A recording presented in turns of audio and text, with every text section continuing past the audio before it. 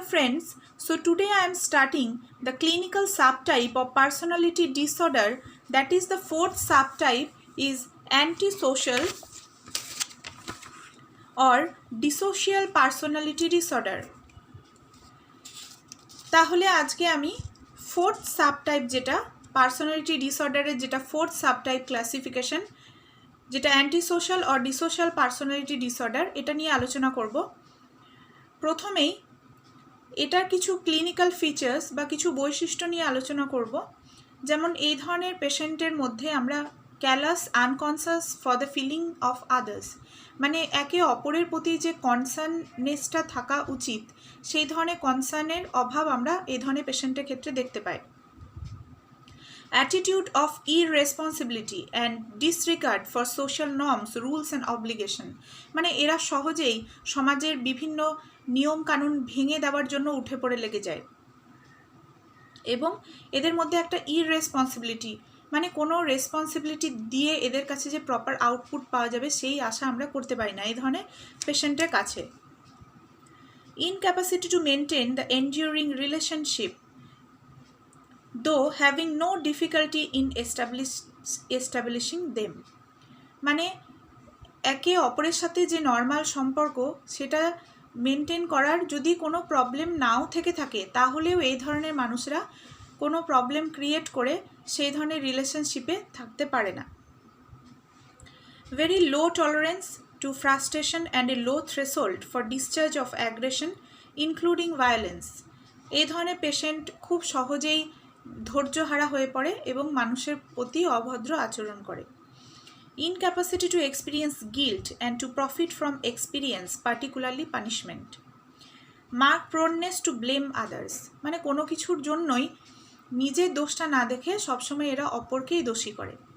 তাহলে এইগুলো হচ্ছে অ্যান্টিসোশ্যাল আর ডিসোশ্যাল পার্সোনালিটি ডিসঅর্ডারের কিছু ক্যারেক্টারিস্টিক্স ফিচার্স বা বৈশিষ্ট্য।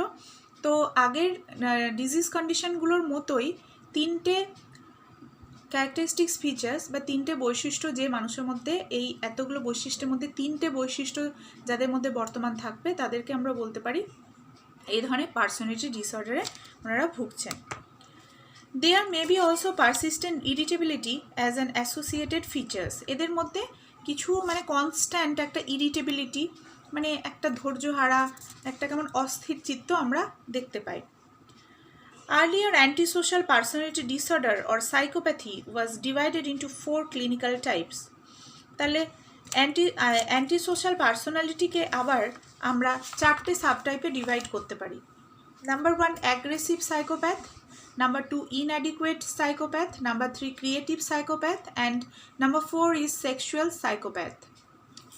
তাহলে এই যে চারটে রকম আমরা অ্যান্টিসোশ্যাল পার্সোনালিটি ডিসঅর্ডারকে ডিভাইড করছি, তার মানে এমন নয় যে পুঙ্খানুপুঙ্খ এই বৈশিষ্ট্যটা থাকলে এটা অ্যাগ্রেসিভ সাইকোপ্যাথ এবং পার্টিকুলার এই বৈশিষ্ট্যটা থাকলে এটা ক্রিয়েটিভ সাইকোপ্যাথ, এরকম নয়। এই যে বৈশিষ্ট্যগুলো আছে এটা কিছু বৈশিষ্ট্য দিয়ে আমরা এই সাবটাইপগুলো ডিভাইড করতে পারি, আদারওয়াইজ এক একটা বৈশিষ্ট্য অন্য ডিজিজের সাথে ওভারল্যাপ করে বা দেখা যায় দুটো ডিজিজের ক্ষেত্রে অনেক সময় সেম কিছু বৈশিষ্ট্য থাকতে পারে। As these are not discrete group and their characteristic symptoms merge with one another, they are no longer classified in this manner.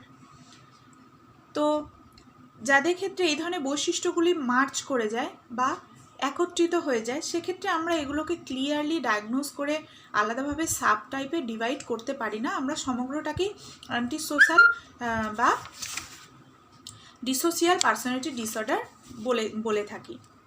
Although no clear etiology is known, মানে কোনো পার্টিকুলার কারণ এটার এখনও জানা যায়নি, তবে several genetic, environmental and biological factors আর associated with disorder. তাহলে অন্যান্য ডিজিজ কন্ডিশনের মতোই জেনেটিক, এনভায়রনমেন্টাল এবং বায়োলজিক্যাল ফ্যাক্টরকেই এই ডিজিজ কন্ডিশনের জন্য দায়ী করা হয়। The disorder is diagnosed more commonly in males, ছেলেদের ক্ষেত্রে এই ডিসঅর্ডার বেশি দেখা যায়। আগের অন্যান্য মেন্টাল ডিজিজের মতোই psychotherapy, psycho analysis, group therapy খুবই কার্যকরী এবং ড্রাগ থেরাপি হিসেবে এখানে অ্যান্টিসাইকোটিক ড্রাগ ইউজ করা হয়।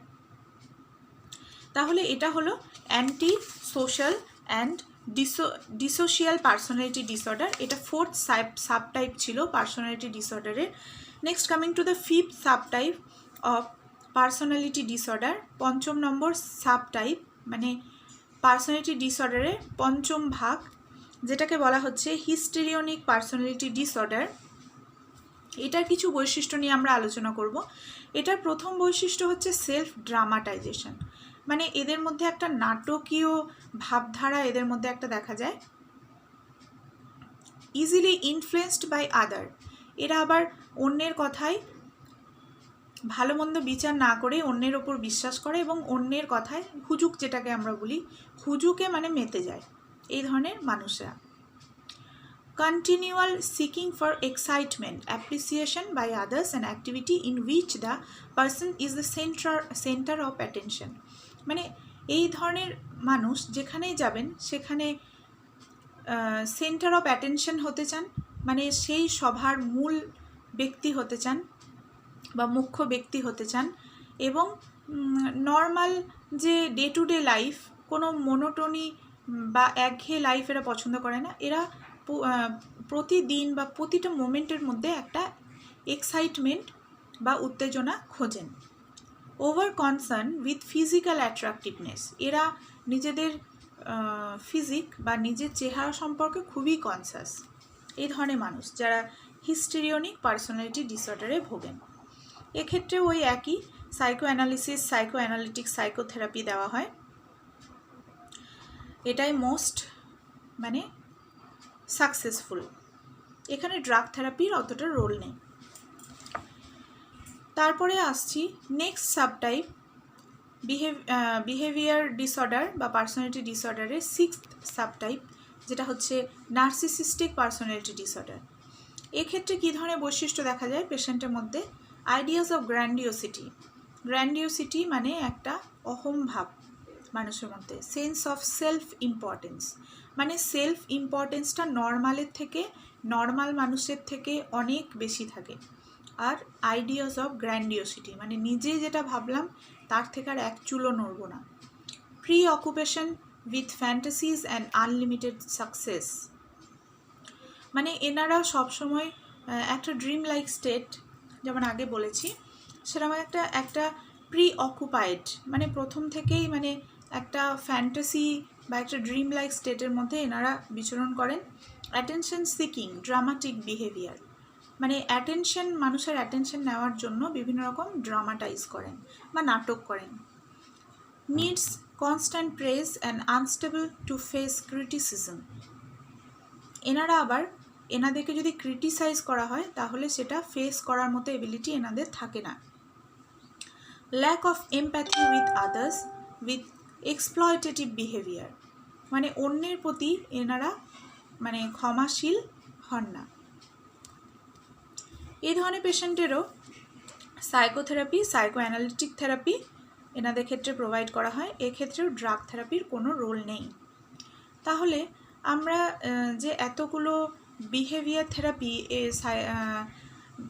Behaviour psycho analytical therapy, psychotherapy এগুলোর কথা বললাম, যেগুলো মানে শুধুমাত্র পার্সোনালিটি ডিসঅর্ডার বা বিহেভিয়ার ডিসঅর্ডারের ক্ষেত্রে নয়, আরও আমরা মেন্টাল ডিজিজের ক্ষেত্রে সাইকো অ্যানালিসিস এবং সাইকোথেরাপির একটা বিরাট রোল আমরা এখানে দেখতে পাচ্ছি, যেখানে ড্রাগ থেরাপির রোল সব ক্ষেত্রে নেই। ম্যাক্সিমাম ক্ষেত্রে ড্রাগ থেরাপির রোল কিন্তু খুবই সামান্য। অ্যান্টিসাইকোটিক হোক, অ্যান্টি ডিপ্রেসিভ হোক, অ্যান্টি অ্যাংজাইটি হোক, যে ধরনেরই আমরা সাইকিয়াট্রিক ড্রাগ প্রয়োগ করি না কেন, আদার যে group therapy, psychotherapy, psycho analytic থেরাপির রোল আমরা অনেক বেশি দেখতে পাচ্ছি। তাই জন্য নেক্সট ক্লাসে আমি সাইকোথেরাপি নিয়ে ডিটেলে ডিসকাস করব। Thank you.